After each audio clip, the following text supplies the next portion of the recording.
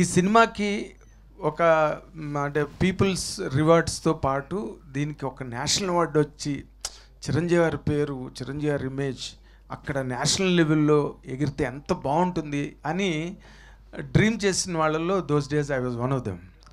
ఆ రోజున హనీ హౌస్లో ప్రెస్ మీట్ జరిగింది. రుద్రవేణికి ఉత్తమ ప్రాంతీయ చిత్రం something like that. Nargis Dutt ఉత్తమ చిత్రంగా మెడ్రాస్ హనీ హౌస్లో ప్రెస్ మీట్ అయ్యింది. We all participated in that. అలాంటి మూమెంట్ లాగా అనిపించింది ఈరోజు నాకు. ఎందుకంటే సినిమా, తెలుగు సినిమా అనే దానికి ఓ నిర్వచనాలు మారిపోతున్నాయి, దానికి సంబంధించిన వర్ణనలు, descriptions, everything is getting change drastically. అలాంటి టైంలో ఒక లవ్ స్టోరీ పెట్టుకుని, అంటే అప్పటికి పెద్ద హిట్లు సక్సెస్ లేని టీముని పెట్టుకుని, the way you presented the film right from the day one I was telling, ఇదే ప్రసాద్ ల్యాబ్లోనే స్టార్ట్ అయింది.